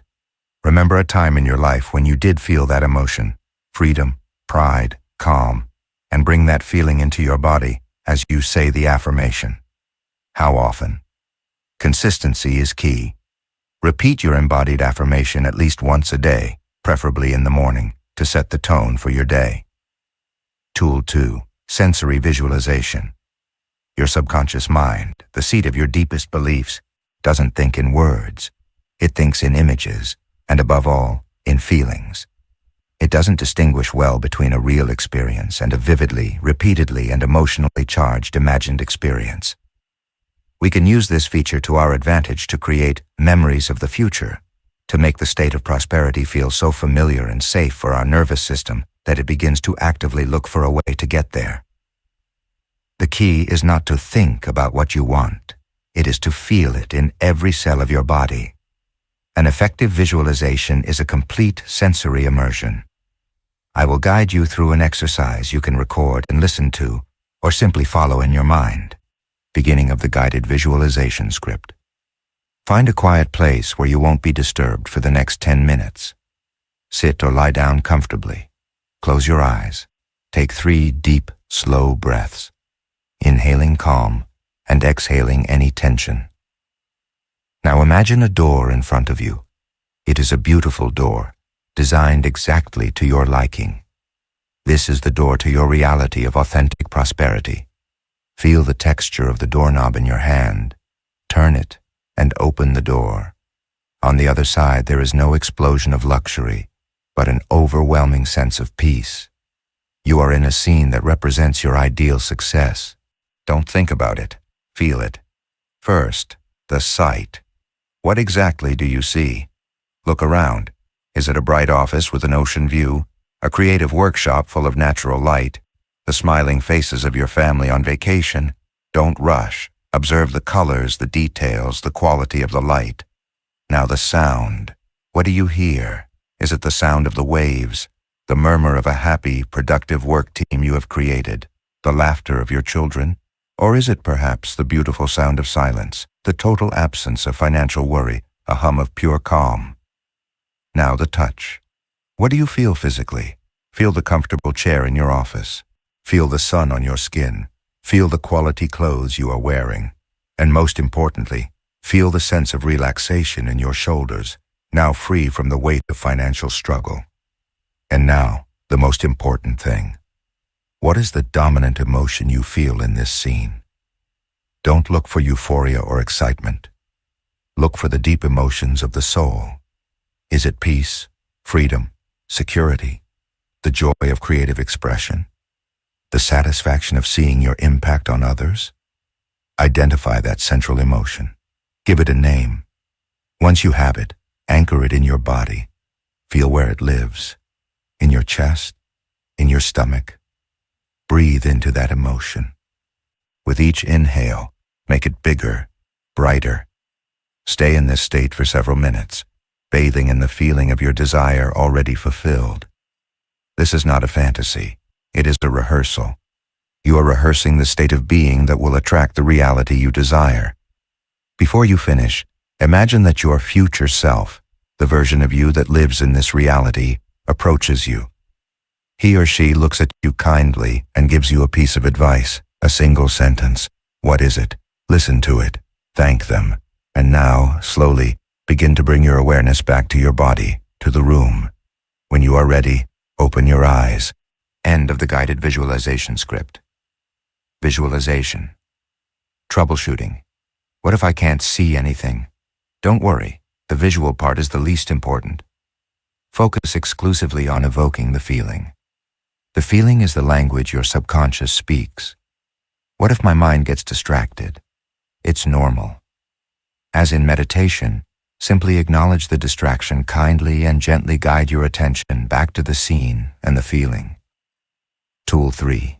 Evidence anchoring. Your brain is programmed with a powerful confirmation bias. It actively seeks evidence in the world to prove that your current beliefs are true. If you deeply believe that you never have enough money, your brain will become an expert detective in finding proof of that belief. This tool is designed to consciously hijack this mechanism. You are going to program your brain's reticular activation system, the filter that decides what you pay attention to start looking for proof of your new prosperous reality. The tool for this is the evidence journal. Each night before bed, your task is to write in a notebook the answer to this question. What is at least one piece of evidence I found today that my new reality is beginning to manifest? This evidence can be big or small. To make it more effective, divide it into 3 categories. Evidence of external abundance. These are the signals from the outside world. It could be finding money on the street, a friend inviting you for coffee, receiving an unexpected discount, or a client paying their bill early. The size doesn't matter. You are training your brain to see the abundance that already surrounds you. Evidence of internal prosperous behavior. Here you record your own actions aligned with your new self. For example, today I checked my bank statement without feeling anxious. I consciously decided not to make an impulse purchase I didn't need. I had the courage to ask for the budget my work deserved. I dedicated an hour to my bridge project. These are your personal victories. Evidence of activated genius.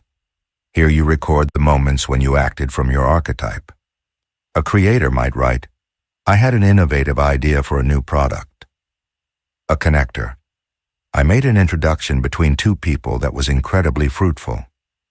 An organizer. I simplified a process at work that saved the whole team hours. An alchemist. I found a solution to a problem that had everyone stuck. This exercise, done with consistency, is transformative. Each entry is a vote you cast in favor of your new reality. You are building day by day an irrefutable case for your subconscious that the change is real and already happening. Practice, your weekly reprogramming session. To integrate these 3 tools, I propose a weekly ritual, a board meeting with yourself. Block 30 minutes in your schedule each week for your code rewriting session. First 5 minutes, State of the Union. Reread your financial declaration of independence. Does it still resonate? Does it need any adjustments? Review your saboteurs. Which one has been most active this week? Simply become aware of your current state. Next 15 minutes, dress rehearsal. Perform the guided sensory visualization. Immerse yourself deeply in the feeling of your desired reality. This is the most important work of the week. You are setting the emotional direction for the next 7 days. Last 10 minutes, data review. Reread your evidence journal from the entire week. Celebrate each entry.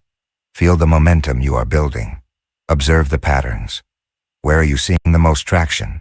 What areas need more attention? Consistency is infinitely more powerful than intensity. This weekly ritual, done with intention, will create more long-term change than a weekend seminar. You are not a victim of your past programming. You are the architect of your future mental landscape. These tools give you the power to take control and actively rewrite your code for abundance. Chapter 8. The Flow, where purpose becomes prosperity. This state has a name. It's a term coined by the psychologist Mihaly Csikszentmihalyi after decades of studying the most successful and fulfilled people on the planet, from surgeons and elite athletes to artists and monks. It's the state where excellence feels effortless, where time fades away, and where you and the task become one. This state is flow. Flow is the ultimate evidence that you are operating from your wealth DNA. It is the universe's unmistakable signal that you are on the right path, moving with the current of your purpose, not against it. Understanding, recognizing, and deliberately cultivating the state of flow is the secret to moving from working to earn money to being a channel through which prosperity flows naturally. The nature of flow, beyond effort. What exactly is flow? It is an optimal state of consciousness where you feel and perform at your best. It's a state of total immersion in an activity, characterized by energized focus, full involvement, and intrinsic enjoyment in the process of the activity. In flow, concern for the self, for the ego, disappears. The inner critic, that saboteur we have learned to recognize, falls completely silent. The fear of failure and the need for approval vanish. The past and future cease to exist. The only thing that exists is the present moment and the dance between you and the task. When you are in flow, you are not working. You are playing at the highest level. You are dancing with the moment, and this dance produces extraordinary results with a fraction of the effort that conventional struggle would require. But it's not just a feeling, it's a precise neurobiological state. Scientists who study flow have discovered what happens in our brain. They call it transient hypofrontality. Hypo means low, and frontal refers to the prefrontal cortex, the part of our brain responsible for complex thinking, self-criticism, and long-term planning. In the state of flow, this part of the brain is temporarily turned off. That's why our inner critic is silenced. That's why we stop doubting. That's why time seems to distort. The ego, literally, disconnects. At the same time, the brain releases a cocktail of performance-enhancing neurochemicals. Norepinephrine and dopamine sharpen focus and attention. Endorphins relieve pain and generate a sense of euphoria. Anandamide, nicknamed the bliss molecule, increases lateral thinking and creativity, and serotonin at the end of the cycle leaves us with a deep sense of calm and well-being. Flow is, literally, the most productive and pleasant neurochemical state a human being can be in. The reason flow is so crucial for prosperity is simple. When you operate in this state, you are operating from your genius. You are using your innate talents in the most efficient and powerful way possible, and when you do that, you create immense value for the world in a way that feels authentic and energizing for you. Money in this paradigm ceases to be the goal you pursue with effort. It becomes the natural result, the inevitable echo of the value you are effortlessly emitting. The 4 archetypes in flow. Stories of genius in action. Each archetype experiences flow in a unique way. Recognizing the signature of your own flow is essential. It's not just theory, it's a lived experience. Let's imagine Clara, the creator. She is an architect working on the design of a new museum. The project is stuck. The client is demanding. The budget is tight. Her conscious mind, full of saboteurs, tells her she's not original enough, that her idea won't work.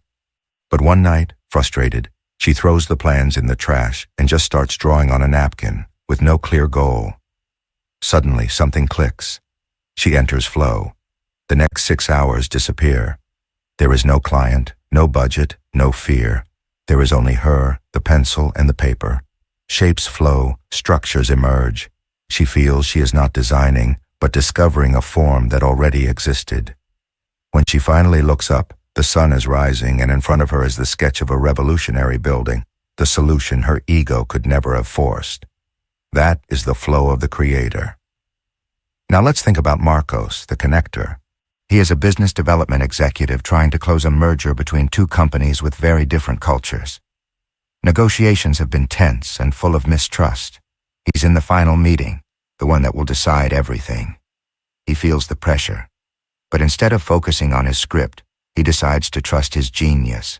He stops thinking about what he's going to say and starts truly listening. He enters flow.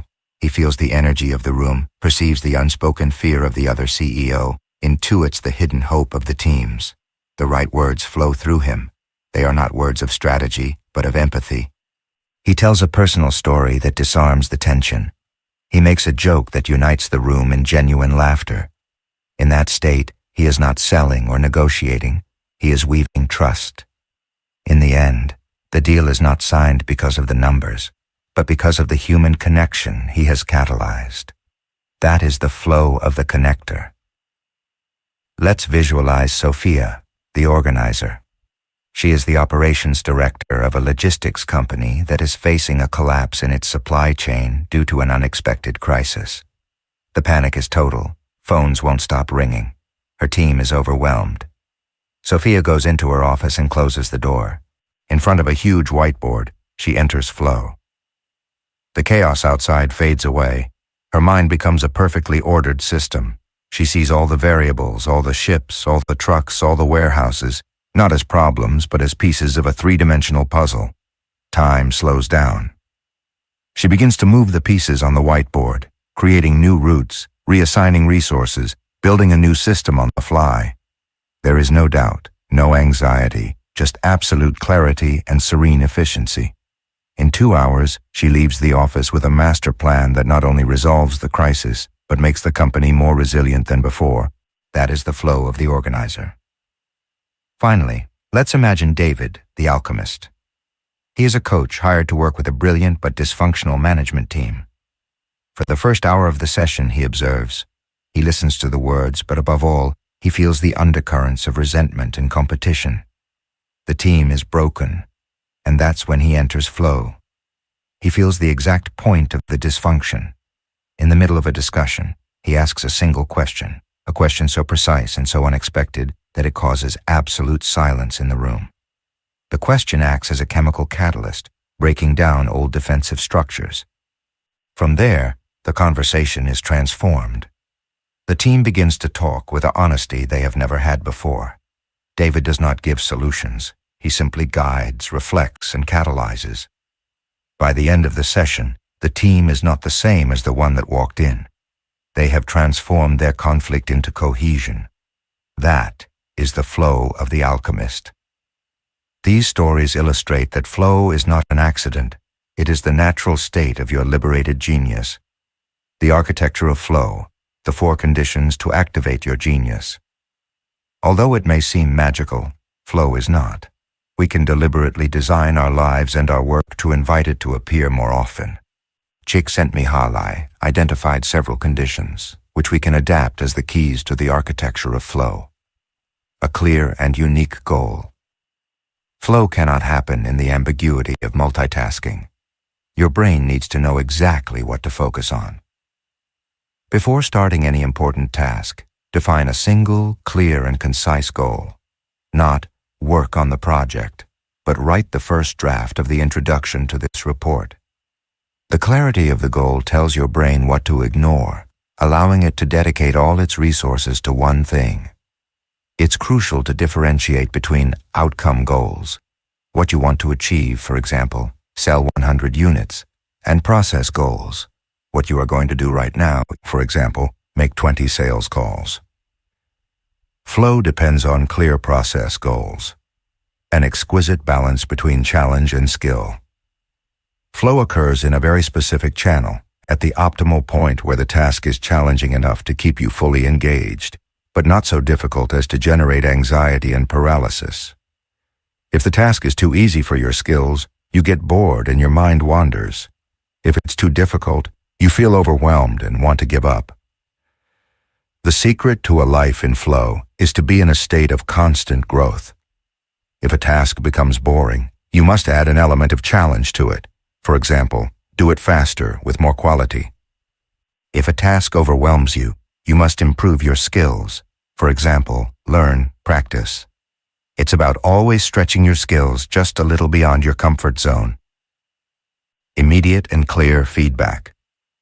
To remain immersed, you need to know if what you are doing is working moment by moment. This constant feedback allows you to make micro-adjustments in real time, keeping you in the dance. A programmer sees if their code compiles. A salesperson sees their client's body language. But what about tasks like writing or long-term strategy? You must build your own feedback loops. For a writer, it can be rereading the last paragraph and feeling if it sounds right. For a strategist, it can be testing a small part of the plan and seeing the immediate results. The shorter the feedback loop, the easier it will be to enter and stay in flow. A fortress against distraction. This is the most critical and most challenged condition in our modern world. Flow requires deep monastic concentration. Every notification, every email, every interruption is a flow thief. It breaks immersion and can take up to 20 minutes to regain the same level of concentration. Protecting your time and space from distractions is not a luxury. It is a prerequisite for operating from your genius. You must be absolutely ruthless in defending your blocks of deep work. Practice, designing your life for flow.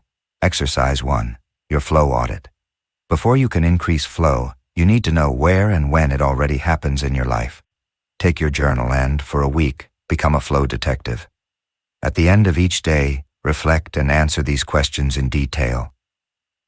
Was there a moment today when I lost track of time? What exactly was I doing? In what activity did I feel completely absorbed and focused? What task left me feeling energized instead of exhausted? Describe the feeling. At what point did I feel that my skills and the challenge were in perfect balance? At the end of the week, read your notes. You will see a clear pattern. These activities are the hot zones of your genius. They are the activities you must protect, prioritize, and if possible, make the center of your professional life. You will also see the activities that consistently pull you out of flow, the ones that drain and frustrate you. Those are the candidates for delegation, automation, or elimination. Exercise 2. The architecture of your environment. Your physical and digital environment has a massive impact on your ability to enter flow. Your task now is to become the architect of your workspace so that it is optimized for deep concentration. Create your digital fortress. When you enter a flow work block, activate Do Not Disturb mode on all your devices. Use apps that block social media and news sites for a certain period of time. Close all browser tabs that are not essential to the task. The rule is, if it's not necessary for the clear goal you've set, it must disappear. Design your physical fortress. Your space should signal to your brain that it's time to concentrate. If you can, have a place dedicated exclusively to deep work. Keep it tidy. Use noise-canceling headphones if necessary. Communicate your flow hours to your family or colleagues and ask them to respect them as if you were in a crucial meeting, because you are. Design for your archetype. Your space should reflect and support your genius. A creator might need a large whiteboard, colored post-its, and an environment that inspires creativity. An organizer might need an impeccably tidy desk with clear filing systems and everything in its place. A connector might need a space that is welcoming and ready to receive people, or a perfect tech setup for communication. An alchemist might need a lab, a space where they can take things apart, experiment, and have all their transformation tools at hand. Exercise 3. The Flow Activation Ritual.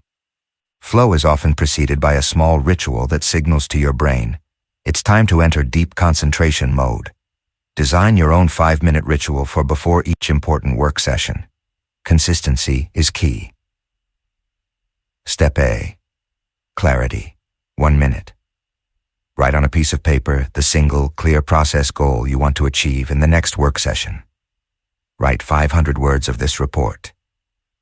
Step B. Calm. 2 mins. Perform a breathing exercise to calm your nervous system and switch from reactive to creative mode. Box breathing is excellent. Inhale for 4 seconds, hold for 4 seconds, exhale for 4 seconds, hold for 4 seconds. Repeat several times. Step C. Commitment. 1 minute. Put your phone in another room. Set a timer. The Pomodoro technique of 25, 50, or 90 minutes works wonders. And verbally commit.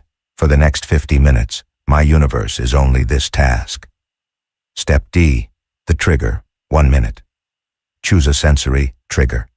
It could be putting on specific headphones, turning on a particular desk lamp, or listening to the same piece of instrumental music at the start. Over time, this trigger will signal to your brain to prepare for flow. A final note: flow recovery. Entering a state of deep flow is neurobiologically demanding. You have spent an immense amount of energy and neurochemicals. After a deep flow session, it is crucial to plan a period of active recovery. Don't jump directly to another high-concentration task. Take a walk, stretch, listen to relaxing music, hydrate. Ignoring the recovery phase is the fastest recipe for burnout. Flow is the state where your purpose becomes prosperity. It is the manifestation of your wealth DNA in action. It is proof that the universe does not ask you to struggle and sacrifice for abundance. It asks you to align with your deepest truth, to offer your unique gifts to the world, and to allow prosperity to be the natural consequence of that authentic offering. Your job is not to chase money. Your job is to design a life that allows you to spend as much time as possible in the state of flow. If you do that, money will chase you. Chapter 9. Your Archetypes Strategy, Your Natural Relationship with Money.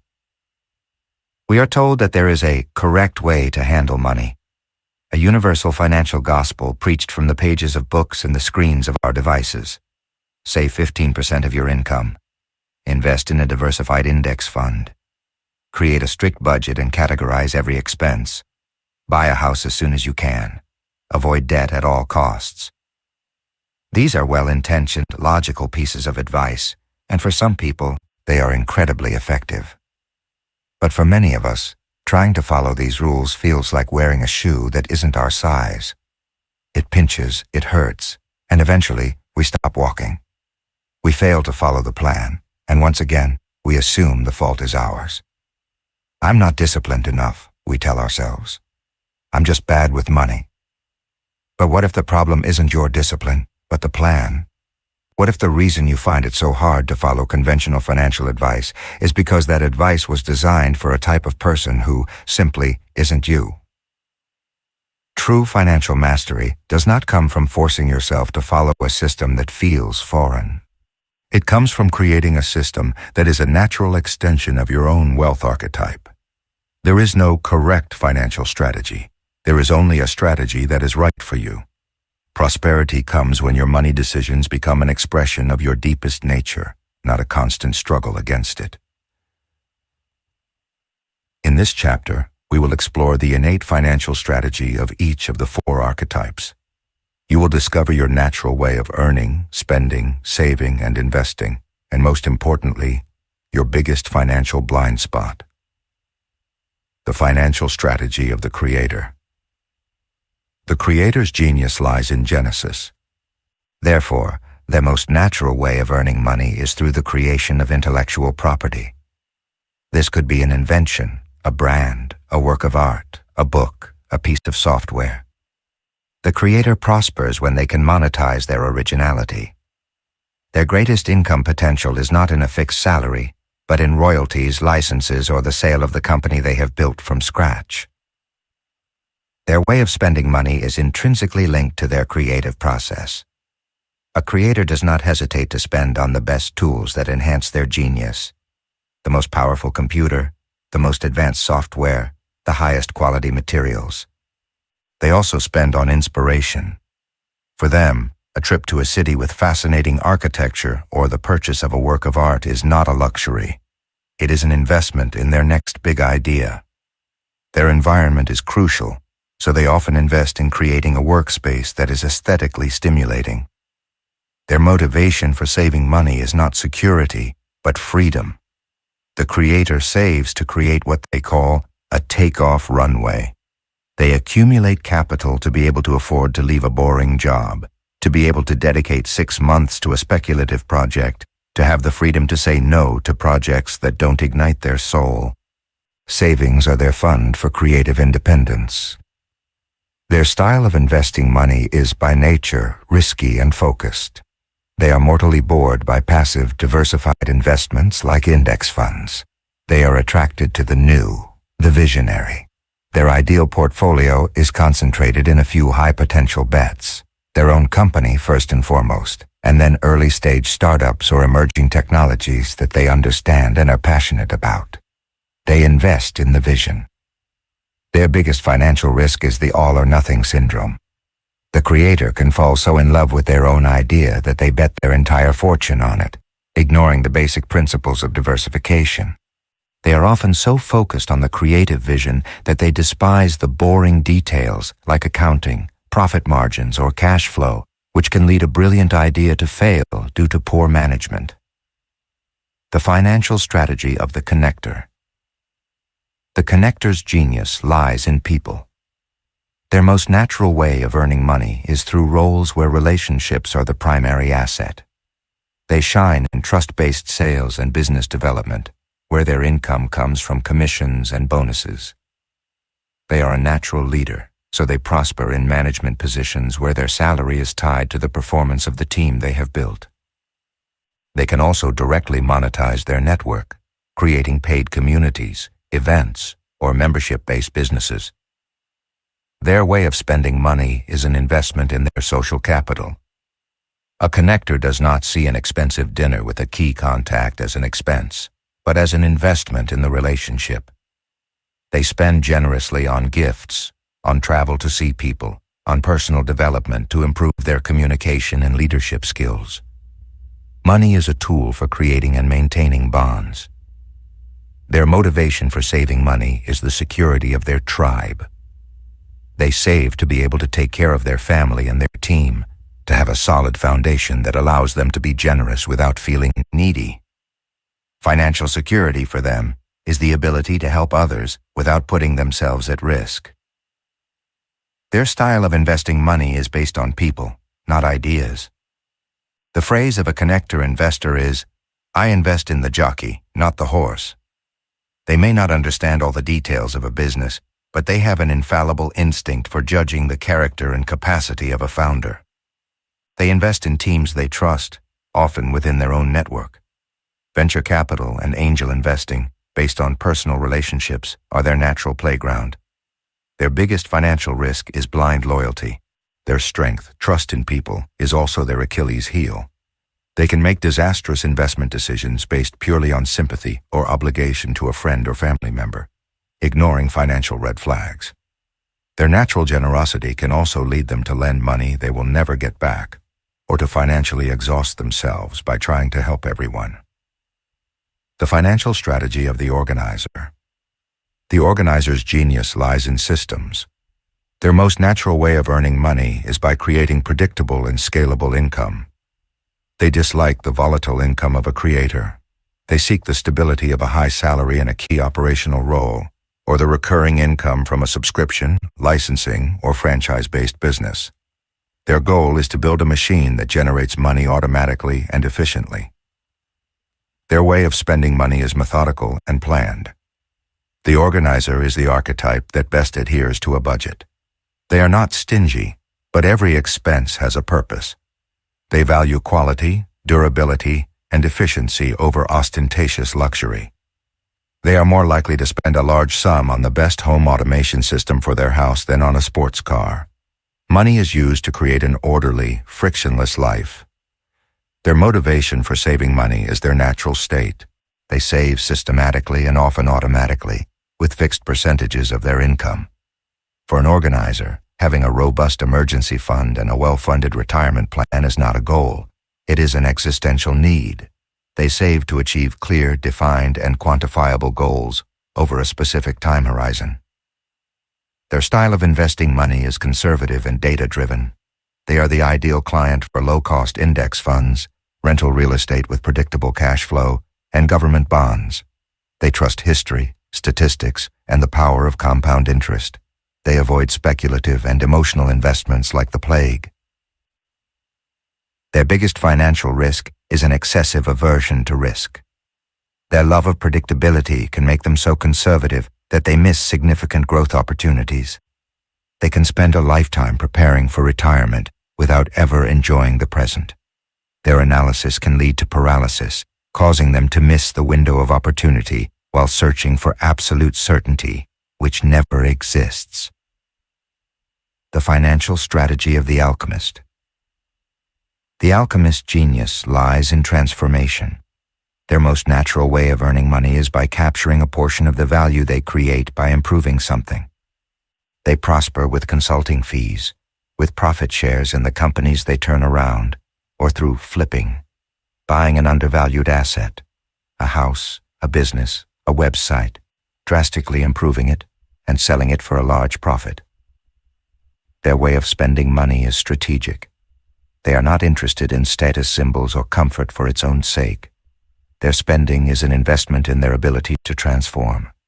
They spend on advanced training, on diagnostic tools, on technology that gives them an edge.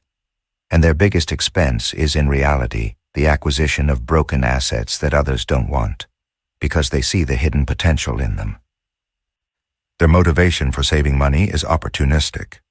Unlike the organizer who saves constantly, the alchemist accumulates large amounts of cash, what investors call dry powder. They keep this capital liquid and available to act with lightning speed as soon as they detect a transformation opportunity that the market has overlooked. Their style of investing money is value investing in its purest form. They are an expert in due diligence, in thoroughly investigating until they find the hidden gem in the mud. They look for companies with great fundamentals but temporary management problems, or properties in excellent locations but in poor condition. Their strategy is to buy to the sound of panic and sell to the sound of euphoria. Their biggest financial risk is overconfidence or arrogance. After several successes, the alchemist may start to believe they have a Midas touch, that they can transform any situation. This can lead them to underestimate the seriousness of a problem or the difficulty of a market, investing too much capital in a lost cause that they later cannot get out of. Practice designing your financial ecosystem. Knowing your natural strategy is the first step. The second is to consciously design your financial life around it. Exercise 1. The declaration of your financial philosophy. Based on your dominant and secondary archetype, write a single paragraph that summarizes your personal philosophy about money. This will be your guide for all your future decisions. Example for a creator with a touch of connector. My philosophy is to use money as a tool for creative freedom and to build a community around my ideas. I invest primarily in my own projects and in the visionary people who drive them. I spend on experiences that inspire me and on strengthening my relationships. I save to create the cushion that allows me to take my next big creative risk. Write yours. Exercise 2. The archetypal budget. Forget generic budget categories. Redesign your budget so that it is not a straitjacket, but an expression of your genius. Create categories that energize you. A creator should have a budget category called Innovation Fund or Inspiration Budget. A connector should have a Relationship Investment Fund. An organizer can enjoy ultra-detailed categories and tracking software, finding joy in optimization. An alchemist should have a prominent category called Opportunity Fund or Dry Powder. By aligning your expenses with your archetype, you stop feeling guilt or restriction and start to feel like you are strategically investing in your own genius. Exercise 3. The Strategic Alliance. No archetype is perfect. Your greatest growth will come from partnering with people who complement your weaknesses. If you are a creator, you probably need an organizer in your life, a good accountant, a COO, to turn your brilliant ideas into a profitable and scalable business. If you are a connector, you need an alchemist to help you discern if the people you trust are really a good investment. If you are an organizer, you need a creator or an alchemist to push you to take calculated risks and not get stuck in your comfort zone. If you are an alchemist, you need a connector to help you sell your vision of transformation and build the team to carry it out. Think about your current life. What archetype are you missing? Actively seek out that alliance, whether by hiring someone, looking for a partner, or learning from a mentor. There is no correct financial strategy. There is only a strategy that is right for you. Sustainable and authentic prosperity comes when your money decisions become an expression of your deepest nature, not a constant struggle against it. Chapter 10. Living from your DNA. Prosperity is a way of being. We have reached the end of our decoding journey. We have assembled all the pieces of your prosperity puzzle. We have identified your archetype, unmasked the ghosts of your family history, recognized the cages of society and the saboteurs of your mind, learned how to enter the state of flow, and designed a financial strategy aligned with your nature.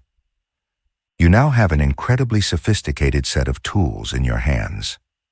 But tools, no matter how powerful, are useless if they are left in the box.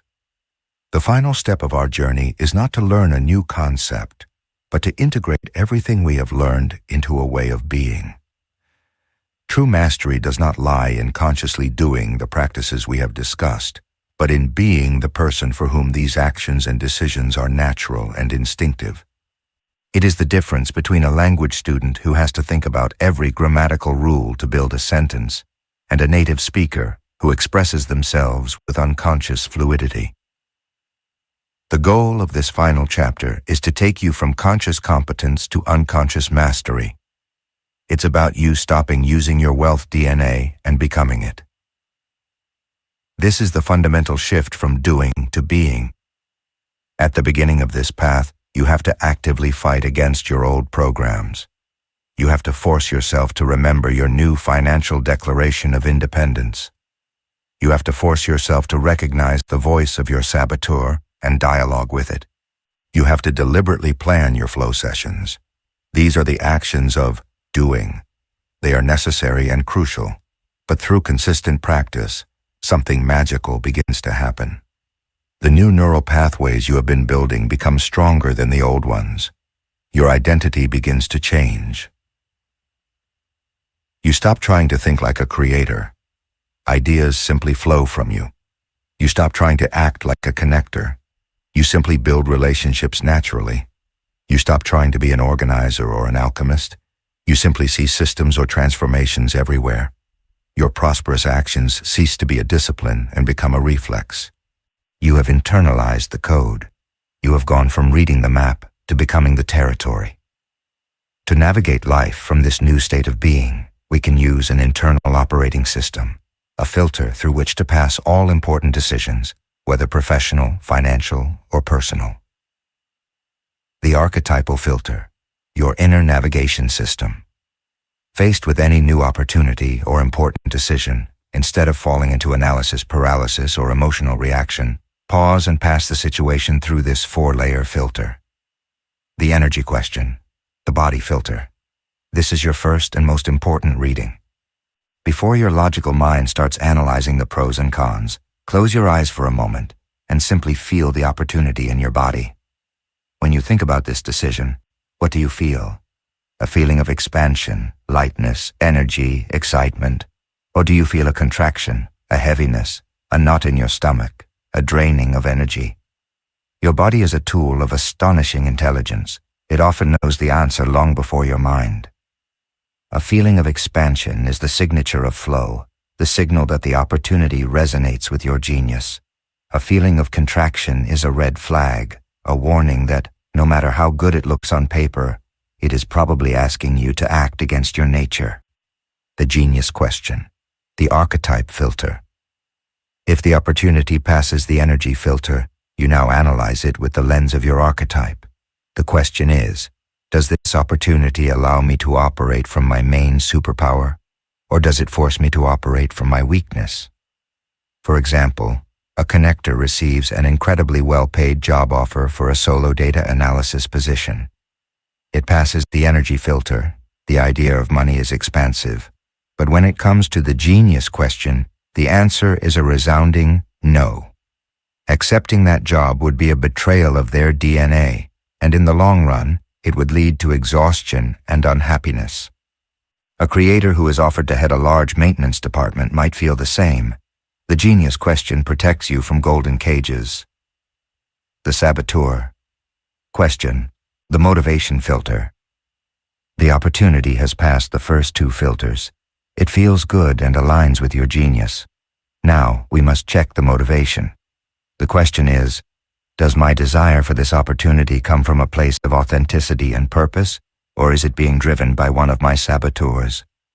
Perhaps you are a creator, and the opportunity is to launch your own company, which aligns with your genius.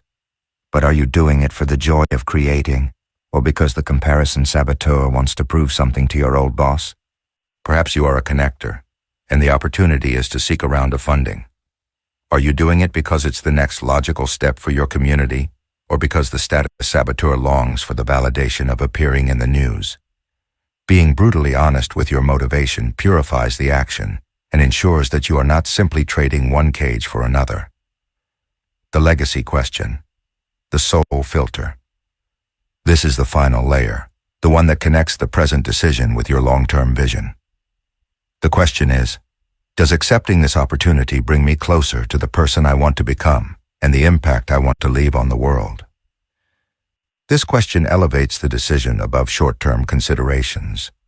An opportunity may offer less money now, but if it teaches you a crucial skill or connects you with people aligned with your legacy, it may be the infinitely richer option.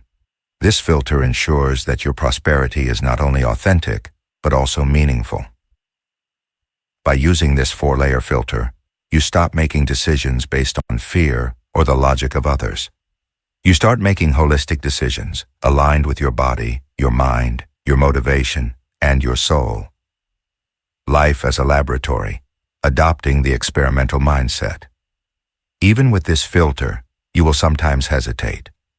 The fear of making the wrong decision can be paralyzing. To overcome this, the last mindset shift is to stop seeing your life as a series of final sentences and start seeing it as a laboratory. Your decisions are not life sentences, they are experiments. By adopting an experimental mindset, you take the unbearable weight off your decisions of having to be perfect or correct forever. This is the scientific method for the soul. Formulate a hypothesis. Based on your archetype and your filter, formulate a hypothesis. My hypothesis is that as a connector, if I dedicate 4 hours a week to organizing events for my community, I will feel more energized and attract new business opportunities. Design and run the experiment. Define a clear time frame for the experiment. I'm going to test this hypothesis for the next 90 days, and then carry it out. Collect the data. During those 90 days, observe and record the data. The data is not just financial, it is also your energy levels, your degree of satisfaction, the new people you meet, the ideas that arise. Analyze and iterate. At the end of the period, review your data. What have you learned? Was the hypothesis confirmed? Maybe you discovered that 4 hours is too much, but 2 is the sweet spot, or that the event format wasn't the right one. Based on these results, you have not failed or succeeded. You have simply obtained valuable data that allows you to formulate a new, improved hypothesis for the next experiment. This mindset gives you immense freedom. It gives you permission to try, to explore, to pivot, and to learn, eliminating the paralyzing fear of making mistakes. Practice your integration contract. This is the last exercise of our journey. It is not to learn something new, but to formalize your commitment to yourself. Exercise 1. The Manifesto of Your Wealth DNA. Take a sheet of paper. This will be your foundational document, your statement of principles. Divide it into these 5 sections and complete it.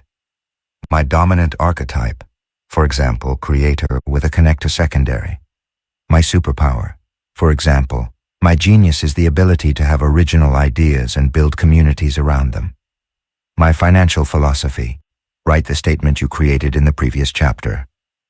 My anti-saboteur commitment, for example, I commit to launching my projects when they are good enough instead of waiting for a perfection that never comes, perfectionism, and to celebrating my achievements without minimizing them, imposter syndrome. My decision filter, write the 4 questions, energy, genius, saboteur, legacy, as a reminder of your new operating system. Put this manifesto in a place where you will see it often. It is your personal constitution. Exercise 2. Your 90-day experiment. Integration needs action. Based on your manifesto, design a concrete experiment for the next 90 days. Be specific and measurable. Example for an organizer. For the next 90 days, my experiment is to dedicate 10% of my income to a risk fund to explore investments that take me out of my comfort zone. Also, I will say no to a chaotic, unstructured project, even if the money is good. Example for an alchemist. For the next 90 days, my experiment is to take an area of my life that is stagnant, my health, a relationship, and apply my transformation skills to it as if it were a consulting project. I will dedicate 3 hours a week to this internal transformation project.